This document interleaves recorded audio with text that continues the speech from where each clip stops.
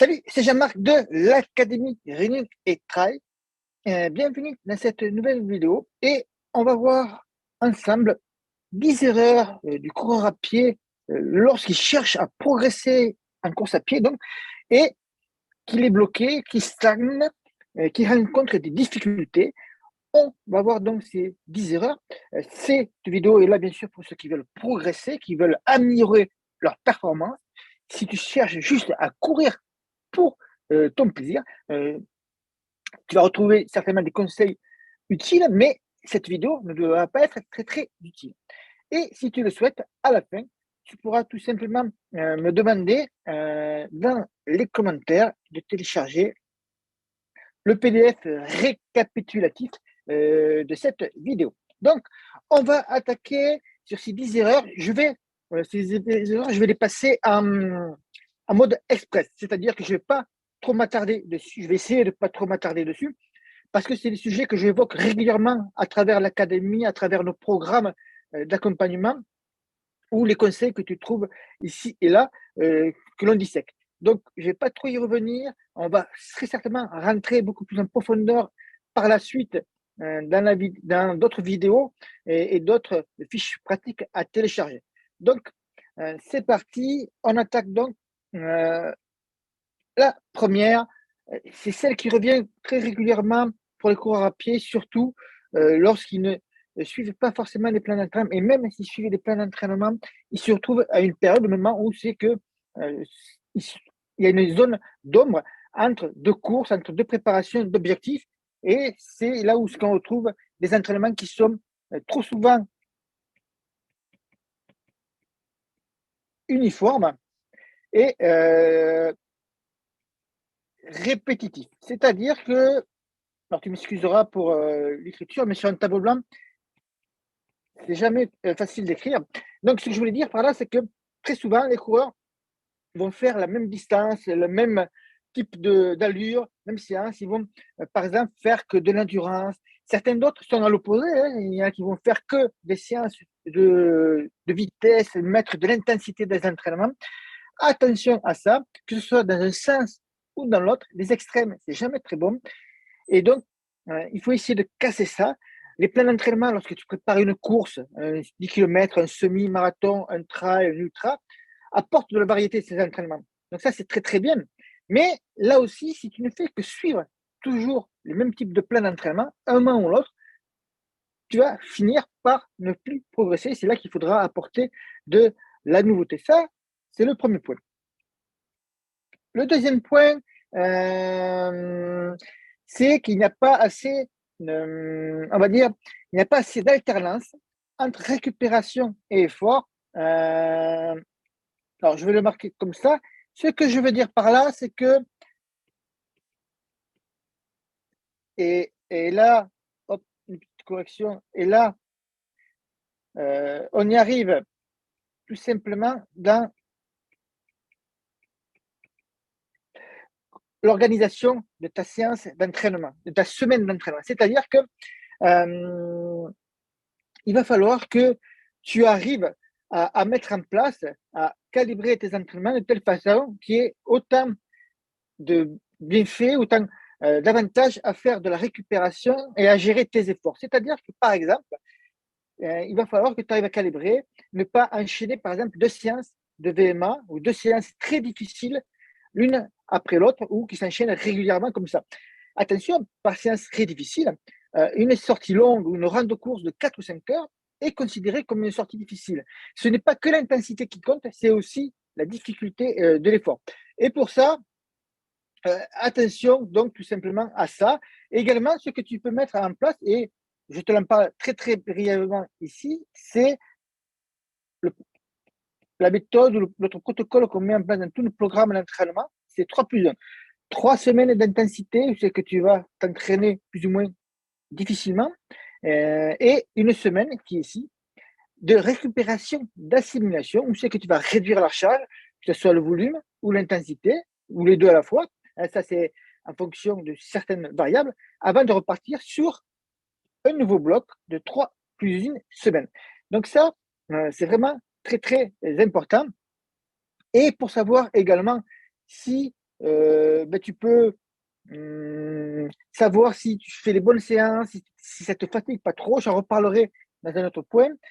Tu as des outils qui peuvent être très utiles, comme le calcul du RPE. Le RPE, c'est tout simplement, tu donnes une note par rapport à ton ressenti de la difficulté de la séance, et ça va te permettre de savoir si tu enchaînes des séances difficiles ou si tu enchaînes trop de séances cool. Ça, c'était le deuxième point. Maintenant, troisième point que l'on va voir ensemble, c'est les mauvaises allures à l'entraînement. Et ça, c'est un point, mais alors, qui revient, et j'aurais peut-être même dû le mettre en premier, mais qui revient euh, tellement de fois, je vois ça tellement de fois que...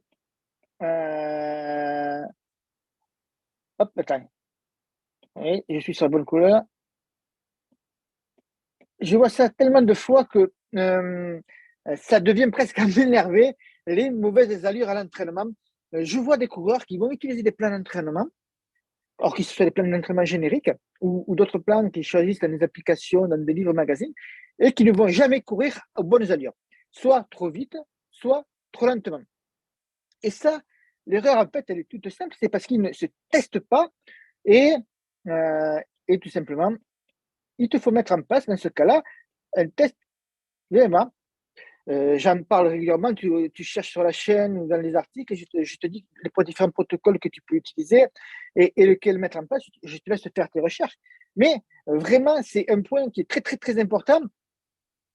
Si tu ne connais pas ta VMA d'il y a plus de 6 mois, que tu n'as pas fait un test de VMA et que tu ne connais pas ta VMA, ou que tu appliques des allures à l'entraînement que tu penses être tes allures et que tu n'as pas fait de test sur le terrain, hein, j'insiste bien, c'est vraiment des tests sur le terrain, ce n'est pas des trucs théoriques, comme certains vont me sortir la formule 220 mon âge pour le faire par rapport à la fréquence cardiaque. Ça, c'est du bidon, du pipeau. Il faut vraiment sortir de ce schéma là qui ne te fera pas progresser en course à pied et qui te fera commettre au contraire des erreurs. Donc, les tests sur le terrain, si ça fait plus de 6 mois que tu ne l'as pas fait, vraiment très très important de mettre ça en place. Maintenant, on va aborder, hop, je vais voir si je peux faire comme ça, voilà, on va aborder une autre problématique qui est tout simplement celle-ci, c'est, moi j'appelle ça le syndrome du tout faire. Du tout faire. Et ça, c'est un mal très contemporain.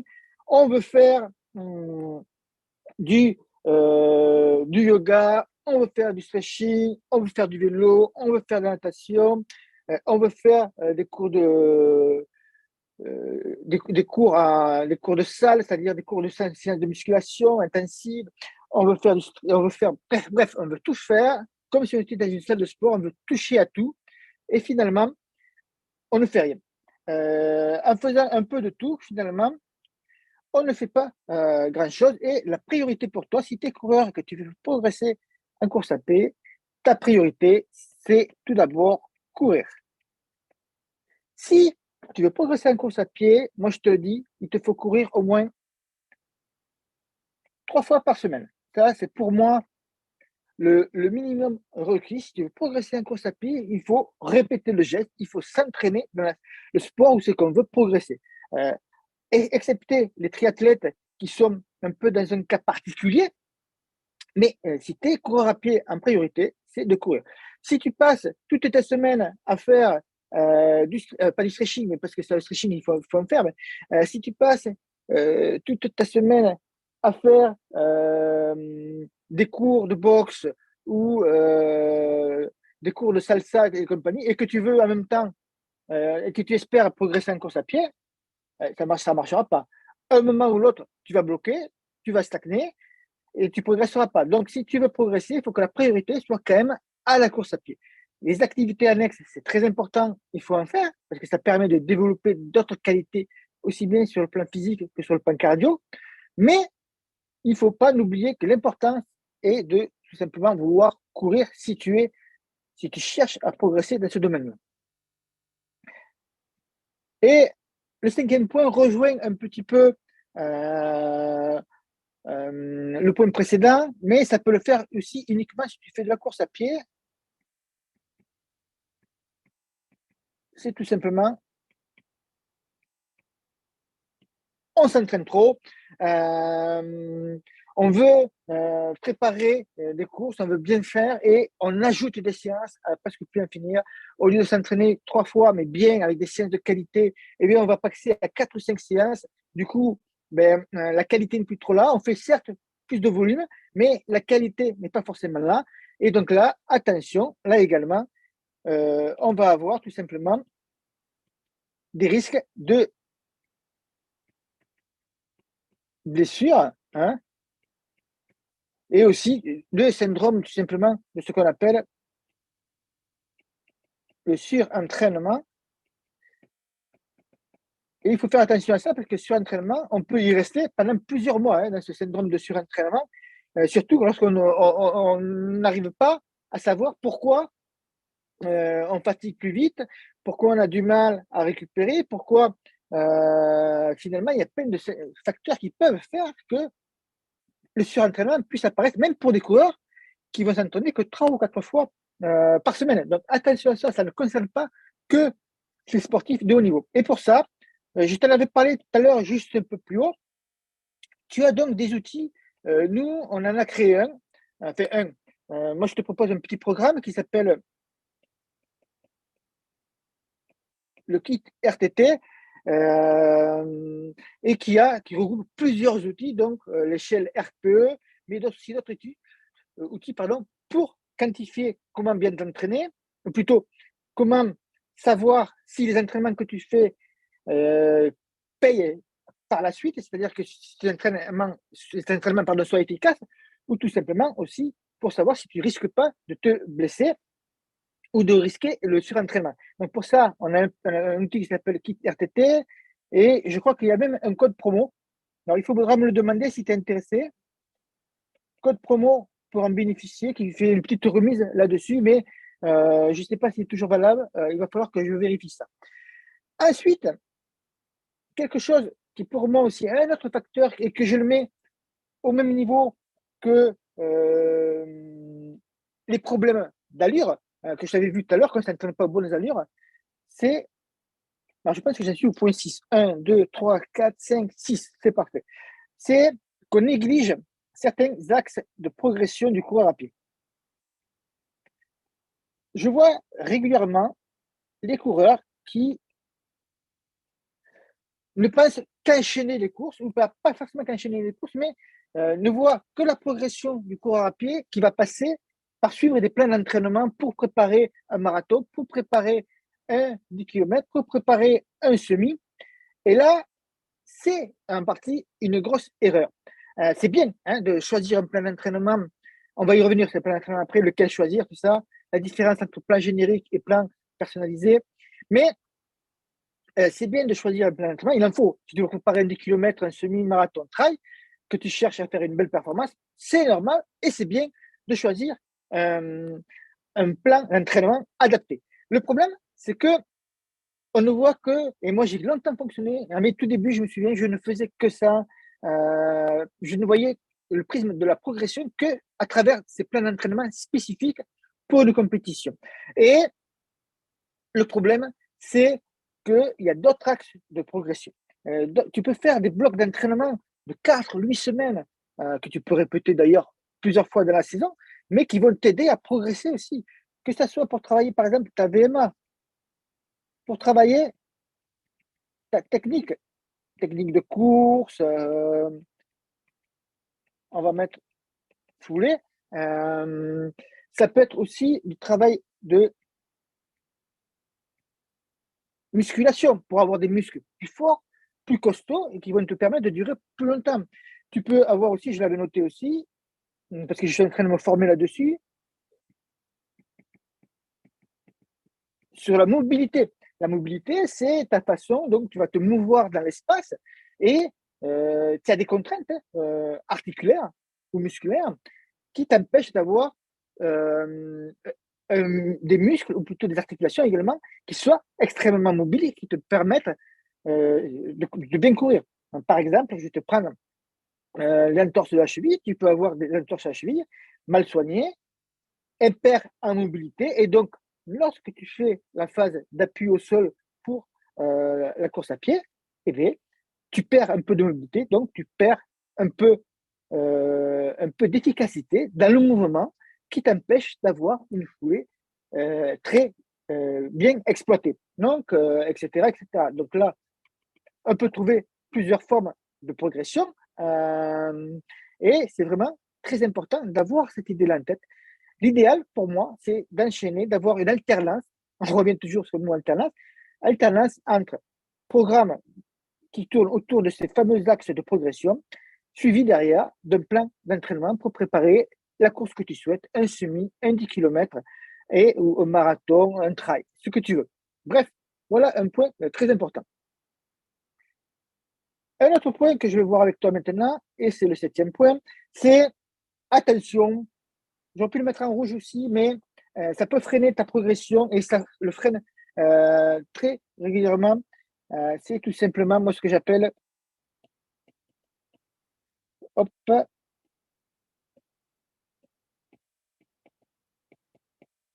ton rythme de vie. Et là, il va falloir y faire attention parce que, bah, tout simplement, tu sais que le stress, tes horaires de travail, les transports, la vie familiale, etc., fait que ça entraîne une fatigue supplémentaire et ça peut ne pas corréler avec ce que tu vas faire aux entraînements et en compétition. Donc, ça peut t'entraîner beaucoup plus de fatigue. Donc, euh, il faut faire attention à ça, hein. Ça entraîne souvent, alors que ce soit la fatigue physique ou mentale, hein, pour moi, c'est pareil, c'est la même chose. Donc, attention à ça. Et justement, en utilisant par exemple l'outil que j'étais parlé plus haut, autour du RPE ou d'autres outils pour vérifier que tu ne mets pas, ne pas mettre en agitation, mais que tu ne te mets pas en péril tes performances par trop de fatigue, par une accumulation trop importante de stress, tu peux utiliser le kit d'outils dont je te parlais plus haut. Maintenant, un nouveau point, et celui-ci aussi est vraiment très très important, c'est la nutrition, et je mettrai aussi, hop, le poids de forme. C'est vraiment un point très important. La nutrition va t'aider à mieux récupérer en ayant une alimentation équilibrée. Alors, ça ne veut pas dire qu'il va falloir vivre comme un moine jésuite ou comme un Dalai Lama, hein, mais tu peux te faire de temps en temps plaisir, il n'y a pas de souci là-dessus. Mais il va falloir quand même surveiller ta nutrition et si tu veux améliorer tes performances, il va falloir que tu fasses attention à ton poids de forme. La nutrition, il y a plusieurs méthodes, il y a plusieurs formules. Je ne vais pas rentrer là-dedans dans les détails. Chacun il verra des avantages et inconvénients à chaque méthode différente. Donc, pense à avoir une alimentation équilibrée. Moi, je te conseille particulièrement, c'est d'utiliser une application gratuite.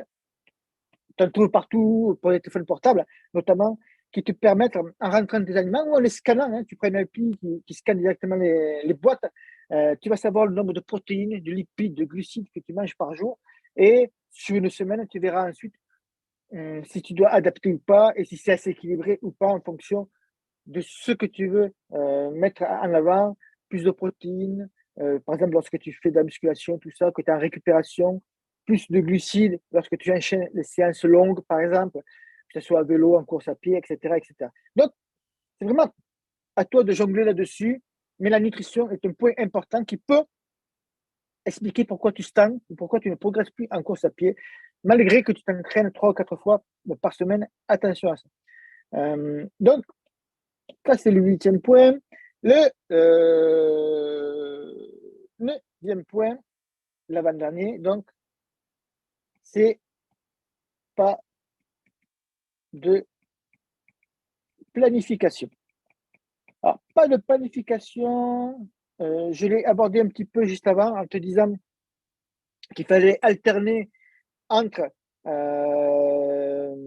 les séances difficiles, les séances dures, mais aussi alterner entre les plans qui vont t'aider, par exemple, à développer une qualité du coureur à pied, par exemple, avoir des muscles plus forts, ou la VMA, ou améliorer la foulée, et alterner avec des plans d'entraînement spécifiques, 10 km, semi, marathon, trail, pour t'aider à progresser et donc de ne pas toujours faire la même chose.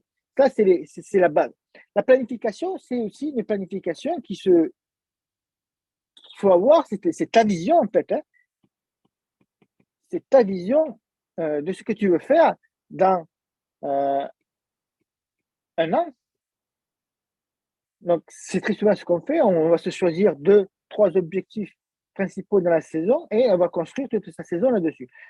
Mais tu peux aller beaucoup plus loin. Tu peux aller sur 3 ans, 2 ans, mais aussi 3 ans. Moi, c'est ce que je propose ici avec le programme que j'appelais.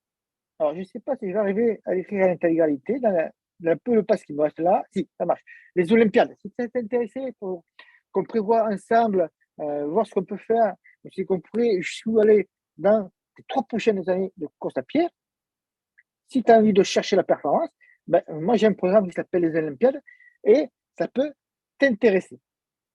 Mais c'est très important d'avoir cette vision au moins sur un an.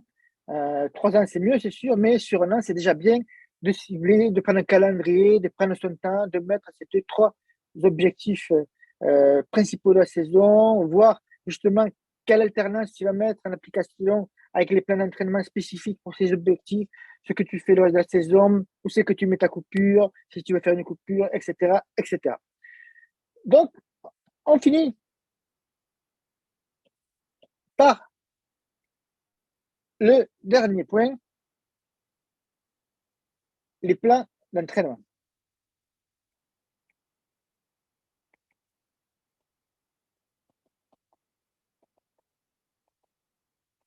Et là, tu as deux choix. Tu as tout simplement deux choix. Le premier choix, c'est de prendre ce qu'on appelle un plan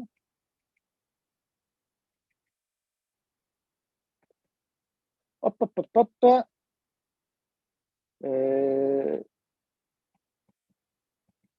des plans génériques.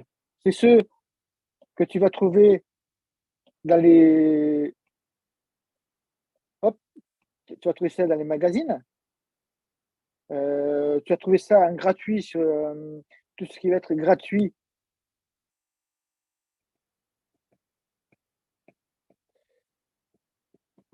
sur les sites web. Tu vas trouver ça également dans les applications.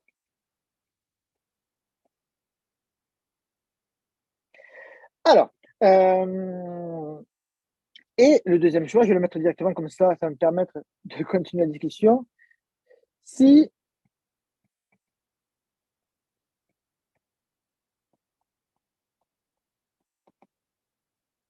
les programmes, tout simplement, personnalisés. Alors que là, ça va être donné par les coachs, par les entraîneurs, des mentors, ce que tu veux, la personne que tu veux suivre, tout simplement. Et donc, les principales différences, c'est qu'il faut tout d'abord que tu comprennes, c'est qu'il n'y a pas de meilleur plan de l'univers, de meilleur plan que d'autres, en fait. Tous les entraîneurs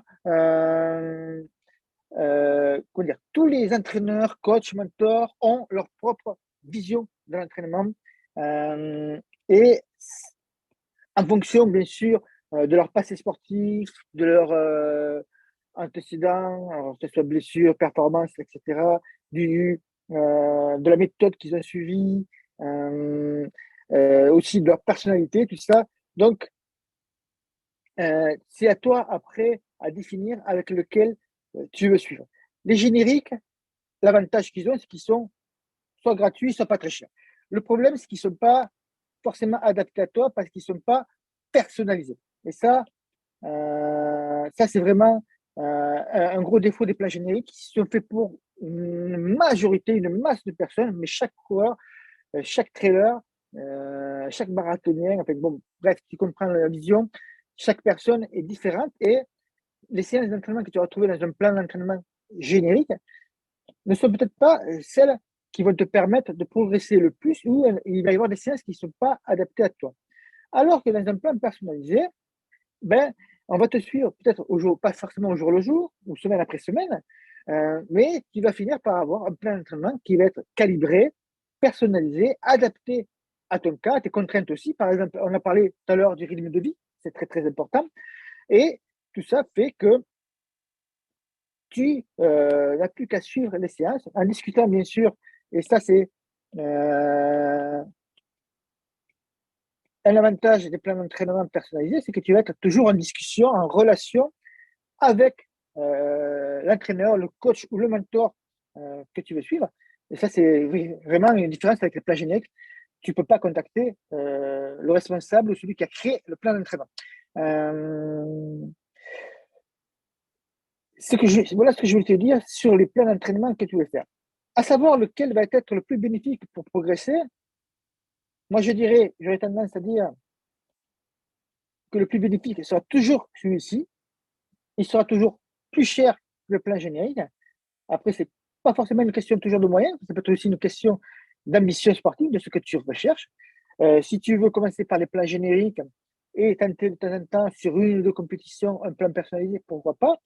Mais néanmoins, reste persuadé que les plans personnalisés te font toujours beaucoup plus progresser que les plans génériques. Donc, euh, attention lorsque tu choisis ton plan d'entraînement, ça peut être aussi un frein à ta progression parce qu'il ne sera pas forcément adapté à ton cas. Donc, il ne faut pas toujours, à l'inverse, rejeter la faute sur le plan d'entraînement parce qu'on n'a pas réalisé la performance qu'on souhaitait. Hein. On a vu qu'il y avait 9 erreurs au-dessus, donc ça peut être aussi un mix de 2 ou 3 erreurs et qui font que le plan ne fonctionne pas. Donc, attention à ça aussi. Voilà. Je te rappelle donc que je t'ai fait un petit topo. Si tu es intéressé, il suffit de le demander, un petit topo pour avoir le PDF et récapitulatif de tout ça et je te l'enverrai. Donc voilà, si tu as des questions autour de ce que je viens de dire, tu peux laisser un commentaire, j'y répondrai avec très grand plaisir. Je te souhaite une bonne journée, je te dis à bientôt. Si tu es intéressé par d'autres vidéos, articles, ben, tu peux consulter notre site Academy Running et Trail et tu y trouveras très certainement des informations que tu recherches et ou des programmes personnalisés également si tu es intéressé et également d'autres petites mini-formations comme je viens de faire là, que ça peut t'intéresser. Voilà, je te dis à bientôt, bon run, ciao ciao.